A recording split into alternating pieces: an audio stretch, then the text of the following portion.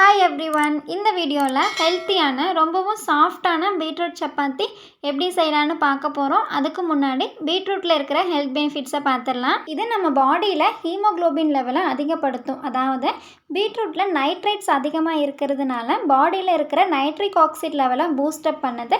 So ரத்த ஓட்டத்தை அதிகப்படுத்தி பிபியை குறைக்க ஹெல்ப்ஃபுல்லாக இருக்கும்.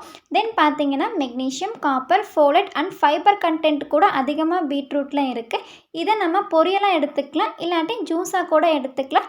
அதுவுமே சாப்பிட பிடிக்காதவங்க இந்த மாதிரி சப்பாத்தியாக செஞ்சு கொடுக்குறப்போ நல்லா லைக் பண்ணி சாப்பிடுவாங்க.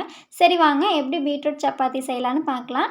அதுக்கு 3 கப் கோதுமை மாவு எடுத்திருக்கேன். அது கூட 1 ஸ்பூன் உப்பு, 1 ஸ்பூன் எண்ணெய் சேர்த்து லைட்டாக மிக்ஸ் பண்ணிவிட்டு 1/4 ஸ்பூன் சர்க்கரை சேர்த்து மிக்ஸ் பண்ணி விட்டுறலாம். நான் பார்த்தீங்கன்னா சின்னதாக ஒரு பீட்ரூட்டை தோல் சீவி கட் பண்ணி அது கூட 1/4 டம்ளர் தண்ணி ஊற்றி அரைச்சி ஃபில்ட்ரு பண்ணி எடுத்திருக்கேன். இதை சேர்த்துட்டு நல்லா மிக்ஸ் பண்ணிவிட்டு நம்ம கோதுமை எடுத்து அதே கப்பில் 1/2 கப் தண்ணியை கொஞ்சம் கொஞ்சமாக சேர்த்து மிக்ஸ் பண்ணி எடுத்துக்கலாம். சர்க்கரை சேர்த்துருக்கிறதுனால 1/2 கப் தண்ணி கரெக்டாக இருக்கும்.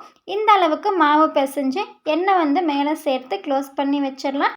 ரொம்ப நேரம் ஊற வைக்க வேணாம், ஒரு 2 to 3 மினிட்ஸ்க்கு வச்சாலே போதும். அண்ட் ரொம்பவும் ப்ரெஷர் கொடுத்து பிசையணுங்கிற அவசியமும் இல்லை. பாருங்கள் மாவு எவ்வளோ சாஃப்டாக இருக்குன்னு.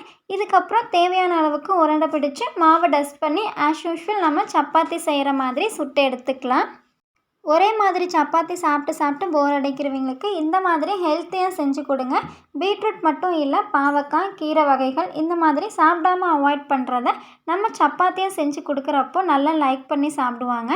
நம்மளுமே சத்தானது சாப்பிட மாட்டேங்கிறாங்களேன்னு ஃபீல் பண்ண தேவையில்லை. அவ்வளோதான், எல்லா சப்பாத்தியும் சுட்டு எடுத்தாச்சு. பாருங்கள் எவ்வளோ சாஃப்டாக இருக்குன்னு. நான் பண்ண மெத்தட்லேயே பண்ணுங்கள், உங்களுக்கும் இதே மாதிரி சாஃப்டான சப்பாத்தி கிடைக்கும்.